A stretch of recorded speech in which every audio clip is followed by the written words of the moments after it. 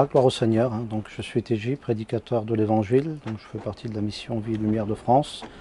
Je suis content donc de participer avec vous pour ce deuxième thème qu'on a choisi de vous apporter, donc avec la collaboration de Nassia qui s'occupe de cette chaîne. Que Dieu la bénisse. Et puis donc aussi avec Alonso qui est là et puis qui est en train de nous filmer. Donc que Dieu soit béni. Je suis content de continuer un petit peu. Pour ceux qui n'ont pas encore participé, nous emmenons un thème qui correspond aux anges. Le premier thème correspondait aux anges dans leur création, un peu leur fonction, puis surtout le culte qu'il leur a attribué. Et nous avons remis un petit peu l'autorité de la parole de Dieu en place par rapport au culte des anges.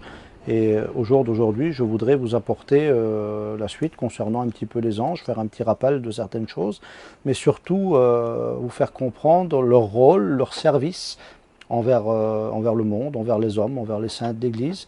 Et je voudrais vous faire réaliser que les anges sont parmi nous et qu'ils peuvent même venir nous secourir, nous aider. Ils font partie de nos vies, ils sont existants. Ce n'est pas quelque chose de fantasmagorique ou quelque chose qui n'existe pas. Les anges sont des créatures réelles, créées par Dieu et aussi employées par Dieu qui peuvent venir à notre service. Alors que Dieu soit béni.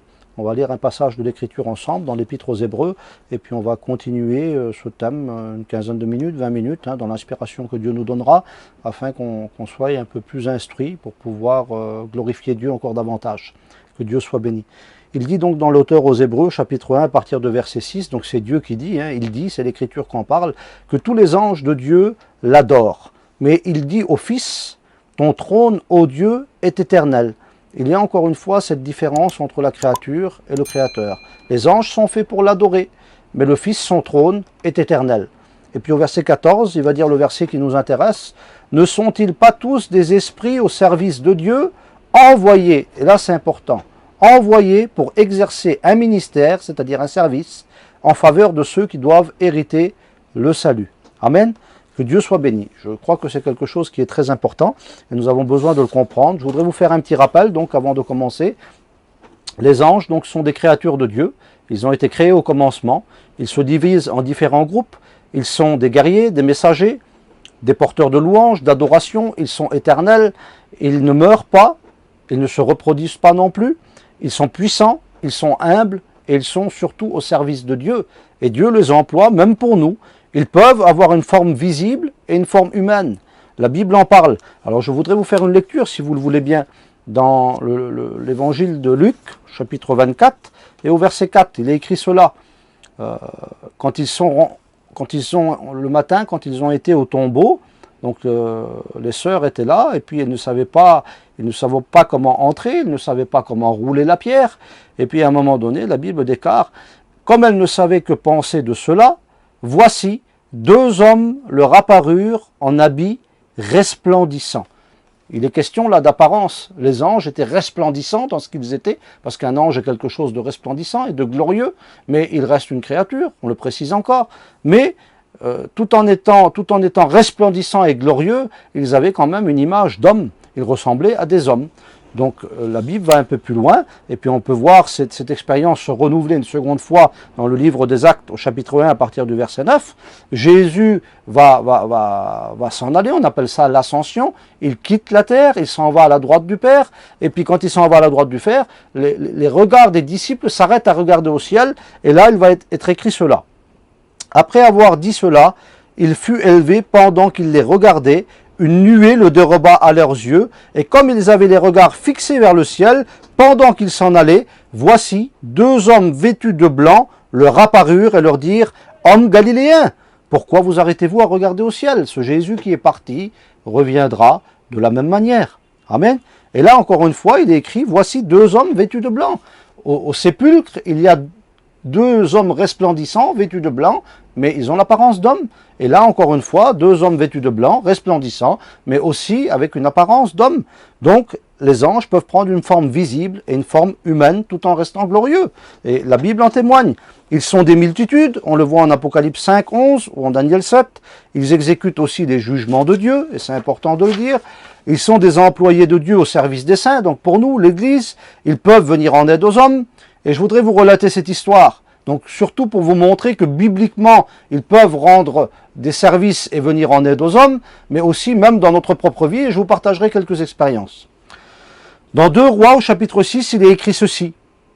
Il est question d'Élisée. Élisée était un prophète extraordinaire. Il était en communion avec Dieu, il aimait le Seigneur, il connaissait Dieu, et puis à un moment donné, il avait un serviteur. Il déjouait les plans du roi de Syrie. Le roi de Syrie était un ennemi qui était d'Israël, et à chaque fois qu'il faisait des plans pour essayer d'emmener Israël dans la destruction, Élisée était averti par Dieu, et il déjouait les plans du roi de Syrie.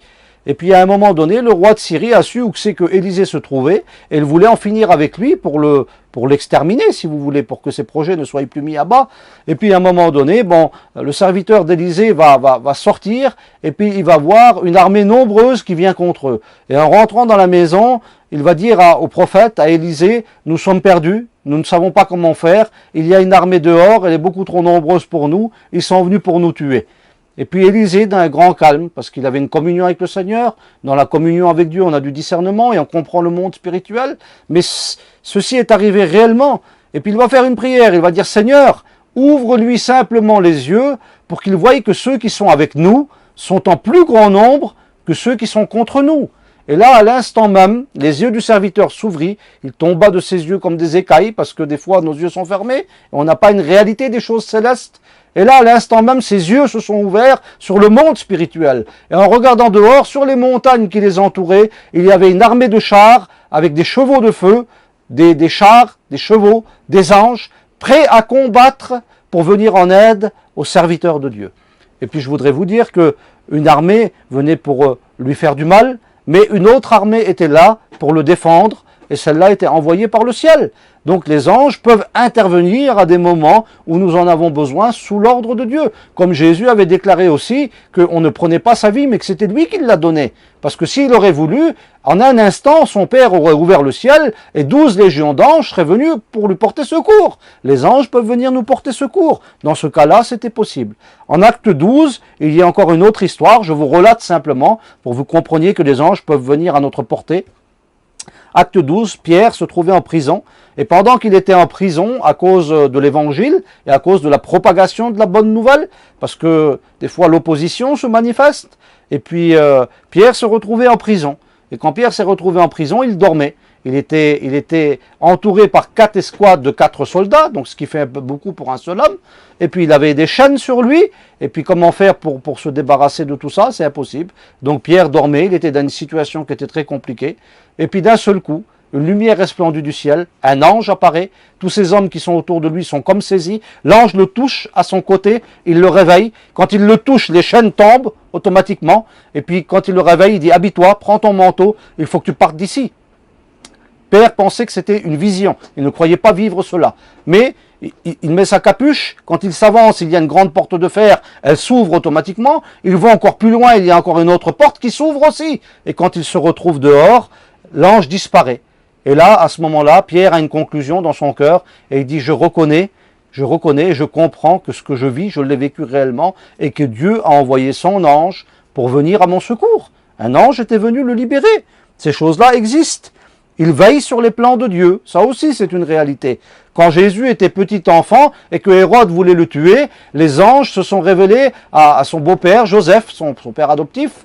Il s'est révélé en songe. Et quand il s'est révélé à lui, il lui a dit de prendre l'enfant, de prendre Marie et de partir en Égypte, car Hérode en voulait à sa vie, il voulait l'exterminer. À un moment donné, l'ange va de nouveau se révéler à lui en songe et va lui dire que tous ceux qui en voulaient à la vie de l'enfant sont morts et qu'il peut revenir et repartir en Israël. Quand il revient en Israël, encore une fois, un ange se révèle à lui en songe et lui dit qu'il faut qu'il aille à Nazareth. Et là, il va jusqu'à Nazareth parce que l'enfant devait être appelé Nazaréen. Il devait accomplir cette prophétie. Donc, ils sont des envoyés de Dieu pour veiller sur nous et surtout pour veiller sur le plan de Dieu et nous conduire dans le plan de Dieu. Alors, ils avaient aussi dit à Joseph de prendre Marie pour femme parce que Marie allait enfanter et puis Joseph, dans sa correction, voulait se séparer d'elle, si vous voulez, dans l'ombre, sans que personne ne le sache, pour ne pas la diffamer. Mais là, encore une fois, un ange va se révéler à lui, puis il va lui dire, ne crains pas, Joseph, de prendre Marie, ta femme, pour épouse, car l'enfant qu'elle enfante vient du Saint-Esprit. Et puis, il dirige les choses, ils sont là pour confirmer les plans de Dieu. En Genèse 19, ils sont venus sortir Lot de la ville. Lot était le neveu d'Abraham. Il se trouvait là dans une situation qui n'était pas terrible. Il se trouvait dans une ville qui s'appelait Sodome, à côté Gomorrhe. Cette ville-là était une ville d'impureté, de péché, où il se passait beaucoup de choses. Et puis il y avait beaucoup de dérèglements et de disproportions. Chacun faisait ce qu'il voulait, comme ça lui plaisait. Et puis l'autre vivait là avec sa famille. C'est un petit peu l'image de l'enfant de Dieu qui vit dans le monde aujourd'hui avec tout ce qui s'y passe. On vit dans des choses qui produisent le trouble et le tourment. Mais avant que le jugement ne tombe sur ces villes-là, Dieu avait envoyé des anges. Et ces anges sont venus pour sortir Lot de la ville, et ils sont venus avec un message. Ils sont même venus lui dire, dépêche-toi de sortir de la ville, car nous ne pouvons détruire la ville, ils sont des instruments du jugement de Dieu, nous ne pouvons détruire la ville tant que tu es là. Il fallait que Lot et sa famille sortent de la ville et qu'ils s'en aillent, parce qu'ils étaient considérés comme justes aux yeux de Dieu. Donc les anges sont venus pour faire la séparation et les enlever de la ville avant que la ville ne soit détruite. Ils veillent sur les choses de Dieu. Si on prend le livre des Actes, au verset 26, un ange du Seigneur est venu donner une direction à Philippe l'évangéliste. C'était un homme qui prêchait, c'était un homme qui faisait un réveil en Samarie, il était accompagné par des miracles, par des guérisons, par la grâce de Dieu, peut-être lui-même manquait un petit peu de discernement, on le voit au travers de tout ce qui s'est passé là-bas, mais néanmoins il était l'instrument de Dieu, et en étant l'instrument de Dieu pour le salut des âmes, il peut même l'être pour le salut d'une âme. Et je prie pour que Dieu le fasse, pour qu'aujourd'hui ceux qui écoutent, même s'il n'y aurait qu'une âme, que cette âme se donne à Dieu, qu'elle accepte Jésus, qu'elle comprenne que le royaume de Dieu existe, que les anges sont autour de nous, et qu'il y a une direction de Dieu dans toutes ces choses. Un ange est venu et a dit à Philippe, il faut que tu partes d'ici, Philippe, il faut que tu quittes la Samarie, il faut que tu ailles sur le chemin qui est désert, qui va de Jérusalem à Gaza. Et Philippe a écouté ce que l'ange lui a dit. Arrivé là-bas, il y avait un homme, ministre de Candace, un Éthiopien. Il ne comprenait pas l'écriture, parce que des fois on ne comprend pas tout, parce qu'on vit sous des interprétations, ou sous des traditions, sous des inspirations qui ne sont pas celles de la parole de Dieu, sur des habitudes. Et puis cet homme-là ne comprenait pas. Il avait une portion de la parole de Dieu qu'il était venu chercher à Jérusalem, et il était en train de lire Ésaïe 53, donc qui parlait du Messie, et qui parlait de celui qui allait venir. Et quand Philippe s'est approché du char, comprends-tu ce que tu lis? Et puis dans une grande humilité, le ministre de Candace va lui dire comment je comprendrai si personne ne me l'explique. Et puis Philippe a commencé à lui expliquer à partir de ce verset jusqu'à Christ, jusqu'à la croix et jusqu'à la vérité. Et à un moment donné, le ministre lui-même va dire voici de l'eau, comment empêche-t-il d'être baptisé? Et puis simplement Philippe va lui dire tu crois que le Seigneur Jésus est mort pour toi? Il va dire oui. Alors ils sont arrêtés sur le char, et puis il l'a baptisé au nom du Père, du Fils et du Saint-Esprit. L'œuvre de Dieu s'est faite en lui, et il est écrit que lui est reparti tout joyeux dans son pays, alors que Philippe a été enlevé pour être transporté à Azote par l'Esprit Saint. Alors, je vous fais comprendre que l'intervention des anges existe, soit pour venir à notre aide, soit pour nous protéger, soit pour nous donner des directions, soit pour veiller sur le plan de Dieu. Ils sont des messagers, ils sont des instruments, ils sont ses créatures. Il peut les utiliser comme il veut. Ils seront aussi un jour des instruments de jugement par rapport à tout ce qui doit se faire sur le plan prophétique.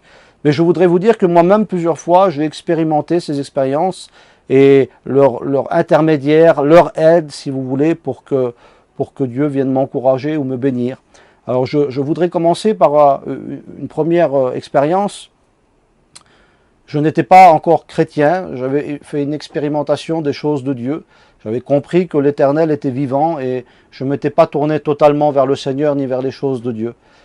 Je gardais ça dans mon cœur, je ne le partageais pas autour de moi.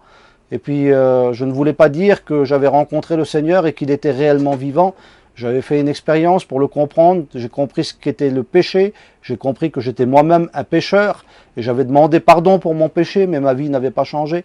Et puis au bout d'un moment donné, un soir je suis rentré chez moi, j'ai voulu me coucher parce que j'étais fatigué, et puis quand je me suis couché, mes yeux regardaient le plafond, et d'un seul coup, j'ai eu une vision. Dans cette vision, j'ai vu un pré, j'ai vu un cours d'eau, et puis dans ce cours d'eau, au milieu, il y avait un arbre avec rempli de fruits dessus, du fruit tout rouge. Et je comprenais que le cours d'eau, c'était la parole de Dieu. Je comprenais que l'arbre, c'était moi, et que le fruit que portait l'arbre, je pouvais le porter, mais si je restais planté dans le cours d'eau. Donc toutes ces choses-là me venaient dans mon cœur. Je comprenais cela de cette manière-là. Je comprenais qu'il ne fallait pas être à côté du cours d'eau, ni être près du cours d'eau, mais qu'il fallait véritablement être plongé dans le cours d'eau, comme être plongé véritablement dans la parole de Dieu. Et à ce moment-là, deux anges me sont apparus. Ils étaient beaucoup plus grands que l'arbre. Ils étaient, comme le dit la Bible, 2 hommes. Ils étaient vêtus de blanc. Ils avaient un habit blanc sur eux. Et puis ils avaient une figure resplendissante, mais comme une figure d'homme, mais quelque chose de glorieux. Et à un moment donné, l'un des 2 anges a fait comme ça avec ses mains. Il a pris du fruit, et puis le fruit tombait un petit peu partout dans ses mains, il en était rempli. Puis il s'est approché devant mon visage, et quand ils sont approchés devant mon visage, ben c'était tellement vrai, ça m'a paru tellement vrai, que j'ai fait ça avec les mains, et j'ai eu l'impression de prendre le fruit. Et quand je l'ai pris, d'un seul coup, les anges ont disparu, le cours d'eau était toujours là, et puis l'arbre était toujours là, et d'un seul coup, il a apparu un livre, comme un livre d'or qui s'est ouvert, les pages battaient comme ça, de but en blanc, et puis il s'est mis une petite plume qui s'est mis à écrire des noms, des noms, des noms, des noms, des noms, et je comprenais à ce moment-là que le livre-là était le livre de vie, et que des noms étaient en train de s'inscrire dans le livre de vie, et d'un seul coup, ce livre-là s'est fermé, et puis tout a disparu. J'en ai fait l'analyse, et quelque chose a touché mon cœur. Le lendemain, ça n'a pas duré longtemps, j'ai fait une prière, j'ai dit Seigneur, si c'est vraiment toi qui m'as parlé, fais-moi le comprendre. Si cette chose que j'ai vue est réelle, si ces hommes que j'ai vus est réel, fais-moi le comprendre. Et le lendemain matin, Dieu a permis, au travers d'une expérience, que je comprenne que ce qui s'est passé était réellement vrai. À partir de là, je me suis avancé davantage avec le Seigneur, et en peu de temps, j'ai rencontré véritablement Jésus, j'ai abandonné ma vie, j'ai commencé à le servir. J'ai commencé à prêcher la bonne nouvelle du Christ, la parole du Seigneur. Et puis au travers de toutes ces choses-là, ben, j'ai commencé à le servir comme lui le voulait. Et aujourd'hui encore, je le sers. Mais j'ai vécu cette expérience qui était réelle. Un petit peu plus loin, ça m'a donné la vision, si vous voulez, de ce que je suis aujourd'hui. Si je n'avais pas vécu cette chose-là, ben au jour d'aujourd'hui, je ne serais peut-être pas dans l'œuvre de Dieu, je ne serais peut-être pas un serviteur de Dieu, je prêcherais peut-être pas l'évangile et je ne servirais pas Christ de cette manière. Mais à un moment donné, ce message, cette vision m'a interpellé pour que je ne reste pas dans ma position, mais pour que je prenne ce que Dieu avait à me donner. C'était ça, ce fruit. Il fallait que je le prenne, il était venu le temps, et il fallait que j'obéisse au Seigneur. C'est ce que j'ai fait. Un petit peu plus loin, si vous voulez, un jour, je vivais, je faisais les marchés à l'époque. Et puis je suis parti loin chercher de la marchandise. Je suis rentré assez tard. Et puis l'endroit où on était stationné était un endroit de l'autoroute où l'endroit où on était stationné, il y avait 4-5 km. Donc j'avais roulé toute la journée, j'étais très fatigué. Je suis rentré, il était 3 ou 4 heures du matin. Il y avait beaucoup de champs, il y avait beaucoup de maïs, il y avait de la brume. Et puis j'étais fatigué, je voulais vraiment rentrer rapidement. Je ne pouvais plus de rouler. Et puis sorti de l'autoroute pour rentrer chez moi, il restait ces 4 ou 5 km, puis je roulais vite. Et en roulant vite, je roulais 120, 130, des virages, et puis, enfin, c'était de la brume, c'était vraiment dangereux. Et d'un seul coup, une voix m'a parlé, et puis elle m'a dit, freine, freine tout de suite. Et c'était tellement fort, j'ai pilé immédiatement. Et quand j'ai pilé, peut-être à même pas 1 mètre devant mon camion, un gros sanglier est sorti comme ça, il a sauté devant le camion, il était à ras du camion, avec 2 grosses dents comme ça qui sortaient, un solitaire immense, et puis il a repris une butte de l'autre côté, et il est reparti.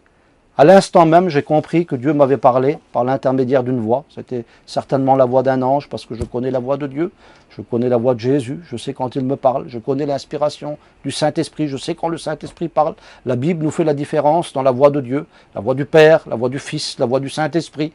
Mais là, je ne connaissais pas cette voix-là, et je pense qu'à l'instant même, un ange qui veillait a parlé, et qu'il a dit « freine ». Et quand il a dit freine, c'était tellement fort, j'ai tellement cru que je l'ai fait. Eh ben, si je ne l'avais pas fait à ce moment-là, certainement que je roulais très vite, je n'avais pas de ceinture.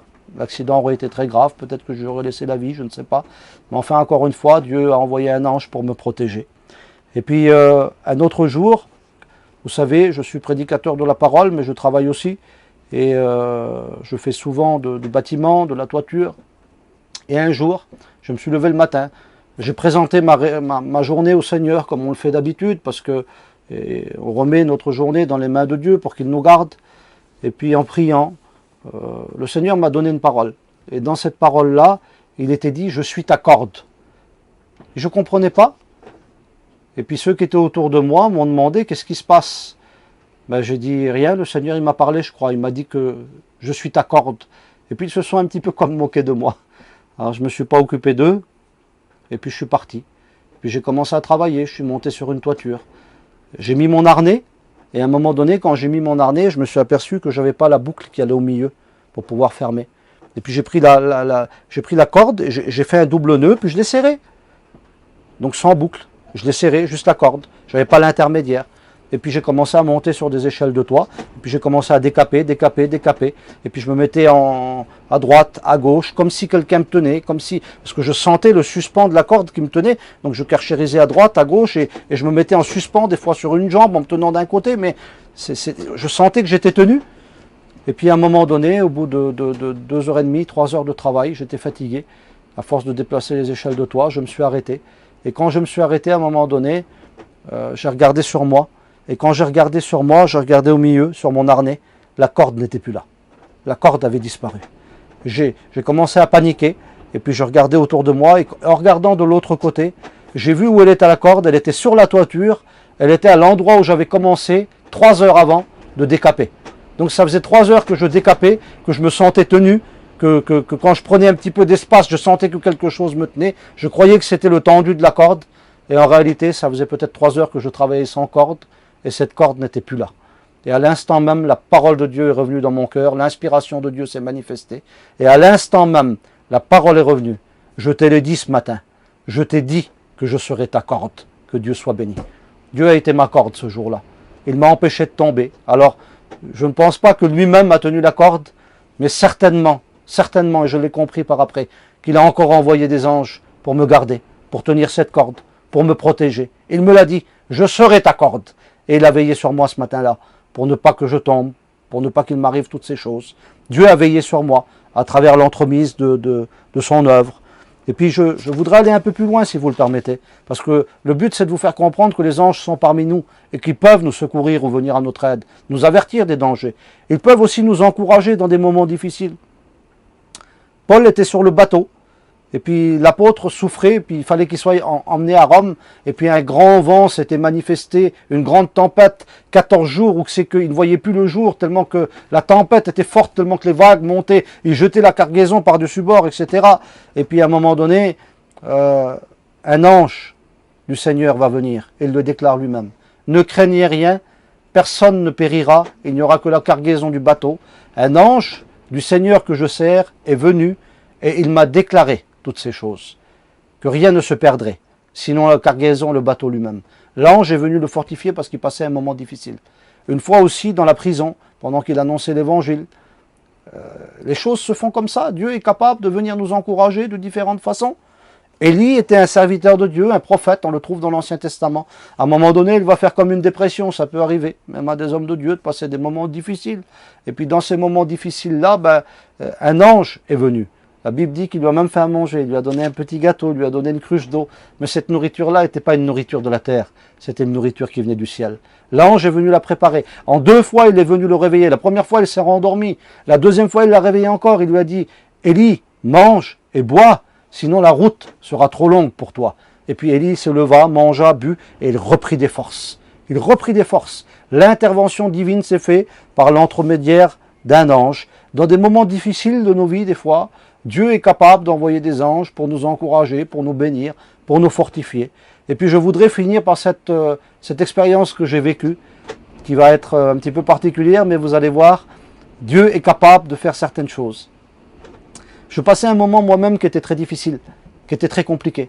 Je me trouvais dans la baie de Somme et il fallait que j'aille en Alsace. C'était très loin, il fallait traverser la France. Et je passais des moments compliqués, je me posais beaucoup de questions face à l'évangile.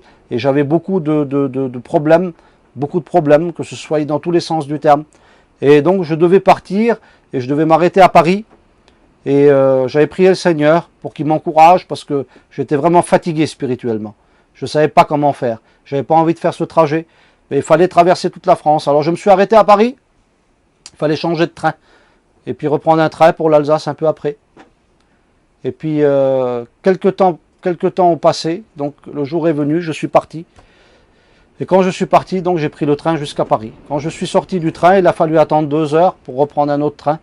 Et je suis arrivé dans le hall de gare. Et quand je suis arrivé dans le hall de gare, il y avait là quelqu'un qui marchait avec des béquilles. Quelqu'un qui était assez âgé. Et puis il marchait avec des béquilles, il avait du mal à avancer, il y avait assez de monde. Et quand je me suis approché de lui, il m'a regardé. Il m'a dit, ça va? J'ai dit, oui, ça va. Il dit, je te connais, toi. J'ai dit, non, excuse-moi, tu dois te tromper. Et puis il me regarde en souriant, il me dit, non, je te connais, je sais qui tu es. Et puis je lui ai dit, non, excusez-moi, monsieur, vous devez me tromper. Et puis je suis parti, je ne me suis pas occupé de lui, parce que des fois, nous, on ne fait pas attention. Et puis j'ai fait le tour du hall de gare, je suis sorti dehors, et en sortant dehors, j'avais un petit Nouveau Testament de poche. C'est important d'avoir la parole de Dieu, parce que la parole de Dieu nous révèle toute la vérité. Et je lisais, je lisais. Et pendant que je lisais, cet homme s'est approché à nouveau, il était à peu près à 1 mètre de moi, avec des béquilles, il avait du mal, vraiment du mal à marcher. Et puis il me regardait lire, et au bout d'un moment, il s'est approché de moi. Et puis il m'a dit, tu l'aimes, hein? Puis en le regardant, je lui ai dit, qui c'est que j'aime? Et puis il m'a dit, notre Sauveur, Jésus. Je dis, oui, je l'aime. J'ai dit, toi, tu l'aimes? Il dit, moi, je le loue et je l'adore tous les jours. Et puis en me regardant, il me dit, tu sais ce qui me ferait plaisir? Je dis, non. Il dit, tu veux qu'on chante le vêtement blanc ensemble? Je dis, bah oui. Et puis on a chanté un cantique. Un vêtement blanc, une harpe d'or. On a chanté ce cantique qui représente le salut, la gloire, les choses de Dieu, le royaume du ciel. Et puis à un moment donné, il m'a regardé quand on a fini de chanter, puis il m'a dit, je suis content. Il dit qu'on ait chanté ensemble. Il dit, je m'en vais maintenant. Je dis oui. Je dis au revoir. Au revoir, on se reverra. Je dis oui, peut-être. Non, non, on se reverra certainement. Et puis il est parti un petit peu plus loin. Il a été s'asseoir, il a eu du mal, il s'est assis sur une pierre. Et j'ai eu peine de lui. Et puis j'avais pas grand-chose financièrement. Et puis dans moi, ça me disait, t'as pas besoin de lui donner grand-chose. Donne-lui un sandwich et un coca. Et puis j'ai fouillé dans ma poche, je devais avoir une 20aine d'euros. Et puis j'ai pris ce que j'avais, un petit peu de monnaie, la moitié. Je lui ai donné, j'ai été vers lui. J'ai dit, écoute, j'ai dit, tiens, si c'est pas grand-chose, j'ai dit, mais tu pourras boire un coca, manger un sandwich. Et puis il m'a regardé, il a commencé à pleurer. Et puis en pleurant, il m'a dit, tu sais, je t'en ai pas demandé autant. Je me suis réjoui que d'une seule chose, c'est qu'on a chanté notre Seigneur ensemble. Et puis en le regardant, je le voyais malade, je le voyais mal aux jambes, il se frottait les jambes.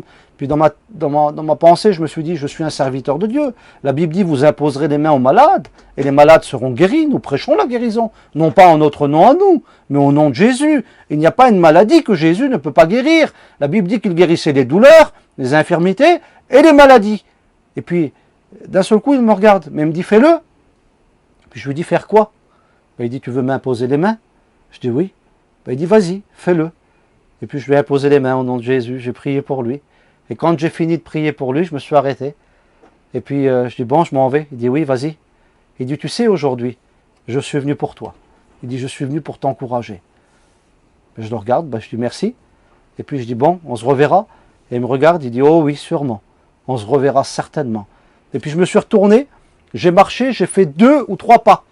Vous voyez ce que ça peut représenter, 2 ou 3 pas? Rien du tout. Et j'ai fait 1, 2, j'allais faire 3 pas et je me suis retourné pour faire ça, pour lui faire au revoir une dernière fois. Et ce personnage n'était plus là. Il avait disparu complètement. Derrière, il y avait un mur. De l'autre côté, il y avait un grand grillage. Il n'y avait qu'une seule entrée pour rentrer à la gare. Il y avait à peu près 80 ou 100 mètres pour y arriver. Avec les béquilles, en 3 pas, c'était impossible. Il a disparu complètement. Ce jour-là, j'ai compris que Dieu avait envoyé son ange pour venir me fortifier. Je peux vous dire qu'à partir de ce moment-là, le courage est revenu dans mon cœur. Tous mes problèmes ont été arrangés. J'ai compris à ce moment-là que Dieu était venu à mon secours. Et toutes les choses ont été bouleversées. Je ne sais de quelle façon, mais je sais une chose. Dieu ne m'a pas laissé. Dieu ne m'a pas abandonné. Dieu est venu à mon secours. Alors je voudrais vous rappeler simplement cela. Les anges existent. Ils sont la créature de Dieu. Ils sont parmi nous. Le royaume de Dieu existe.